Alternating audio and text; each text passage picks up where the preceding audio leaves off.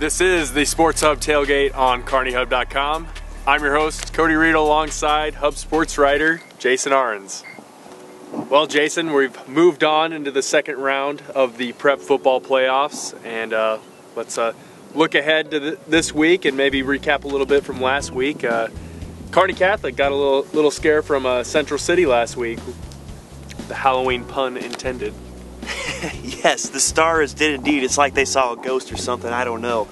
But the same team, Kearney Catholic, beat 48-0 a month prior. They barely defeated 14-3 right here on Miles Field Thursday night. The general consensus is the coaches, think they kind of got away with one. The players were maybe practicing throughout the week like they were overlooking Central City, and that turned out to be a mistake. So a big learning lesson for the Stars there. Abe Clinch led the way for Kearney Catholic there. He had 96 yards rushing. He passed for 88 yards as well. Kearney Catholic seemed to be in control most of the game, but Central City remained in striking distance the whole way, so a bit of a scare. Now they've got Broken Bow this Wednesday for a nice matchup, again right here at Miles Field. Broken Bow got a thrilling 14-10 victory over Gibbon last Thursday night. Marcus Miller's 45-yard touchdown pass to Hunter Campbell in the fourth quarter. That was the game-sealing touchdown there for the Indians. So they're excited to be moving on into round two. Gibbon's Eli Van Meter, he had 175 rushing yards in the loss for Gibbon. So tough way for the season end for the Buffs, but there's always next year. Yeah.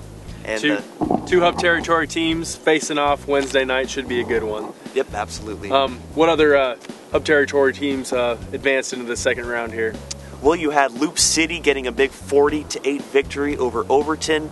Riley Lambrick rushed for over 200 yards and 4 touchdowns. The new running back out of nowhere. He's found a nice home there in the backfield. So a nice find there for the Red Raiders. This is the second victory for Loop City over Overton this season. Tough way for the season to end for Overton. Starting quarterback Matt Ayton was out due to injury in that final game. Their front line was diminished due to injuries. So tough for Overton fans to see. They started off the season so well. Injuries kind of hampered them down the home stretch. But they will be playing an undefeated Hemingford team on the road this Wednesday. So they're averaging, I believe, over 60 points a ball game. So we'll see if the Loop City defense is up to the challenge. And the other games we should be looking at. Yeah, let's go ahead and drop down to D1. You've got a matchup between Elm Creek and Burwell. This one's at Burwell on Wednesday, and this will be a nice matchup. The previous 2 seasons, I've witnessed both games in week 0. They both turned out to be exciting ball games. 2 years ago, Burwell, last-second field goal gave them the win over Elm Creek. And then last season in Elm Creek, the game got moved to Overton in the fourth quarter because of lighting issues. It was a crazy finish there. Burwell again with a close victory. So as destiny would have it, the two teams meet up for the third straight season, this time in the postseason. Zach Crowley led the Buffalo Charge against Stapleton McPherson County last Thursday. He rushed for 188 yards and 6 touchdowns for Elm Creek in that win. But they are going to be preparing for a very tough Burwell squad. They're number 3 in Class D1, currently ranked. Quarterback Sage Gideon will lead the charge there for the Longhorns. And the other D1 matchup Wednesday? You've got Arapaho taking on Maxwell. Arapaho coming off a 44-13 victory over South Loop. Caden Waverka and Gage Schutz led the running game in that ball game. South Loop's Derek Hildebrand, 175 rushing yards in the loss, so a good effort there. But the Warriors advance, they remain undefeated, and they've got a Maxwell team who's got a balanced attack. They like to throw the ball and run the ball a little bit, so that'll be an interesting matchup. And then we got, jumping down to D2, we got undefeated Bertrand in action Wednesday. Yep, and they've got a tough test coming up against Kennesaw. Bertrand got a big win over Amherst in round 1. Ryan Dahlgren had 3 rushing touchdowns in that one, and now they've got a real big test against the Blue Devils on Wednesday. I know there are plenty of good athletes on the field all over for both teams, but it's very, very intriguing. You've got the Dahlgren brothers taking on the Schnitzler brothers. So a good matchup to watch there. Plenty of offense being produced by those 4 players. And that winner will take on the winner between Shelton and Spalding Academy. And of course, Shelton getting a big 60-20 win over Elwood in their round 1 matchup. Luke Glenn ran for plenty of yards and plenty of touchdowns in that one. Once again, I believe he finished with 5 touchdowns. And so Spalding Academy, they like to throw the ball. Their quarterback, Michael Glazer, has thrown for over 1,000 yards this season, so the Shelton defense will have to be prepared for that. But yeah, once again, the winner of that game will take on the Bertrand Kennesaw winner, and if Shelton's able to advance, whoever they face between the two, in the quarterfinals, that'll be a great game. Yeah, we could see a rematch between Shelton and Kennesaw, but being in the Hub territory, we wouldn't mind seeing Bertrand and Shelton meeting up either. So absolutely, yep. Bertrand undefeated. They've got a pretty good ball club this year. Well, we had some other teams in the Hub territory play playoffs and get eliminated that we didn't mention.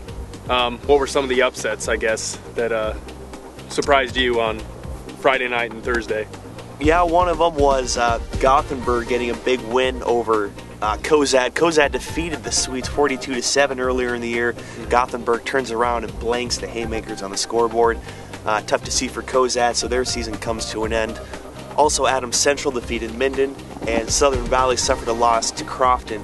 But perhaps the most surprising one of them all is Karni Hai suffering a tough 20-18 loss to Omaha Central. Yeah, a good season there for the Bearcats. Just didn't have enough.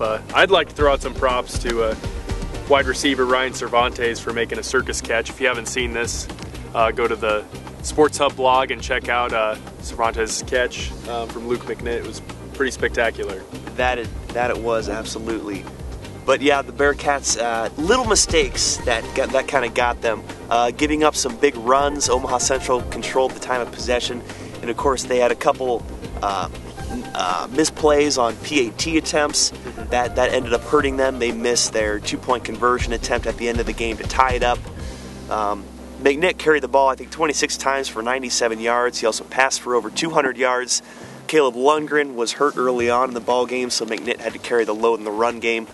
He gave a good effort, but the Bearcats just came up short in the ball game. Yeah. The second time in recent history, Central comes to Foster Field and it eliminates the Bearcats. Last time was in 2007. So good season for the Bearcats. Now, speaking of Foster Field, that's where the Lopers play, and I believe they deserve some props as well. Absolutely. Let's give out all the rest of the props to the UNK Lopers. Second victory of the year for them over Central Missouri.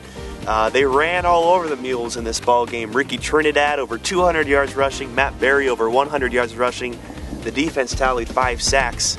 So they've got 2 wins under their belt. Yeah, defense is playing pretty good right now, so good to hear from them. Well, that's our show for today. We hope you all have a happy Halloween. Dress warm for those playoff games on Wednesday night. I got my mittens. They're fingerless and mittens. So smart man. Yeah. Make sure you check out the show next week on the Sports Hub on KarniHub.com. Check your paper for the sports headlines and check KarniHub.com for breaking news. And we'll see you later. Boo.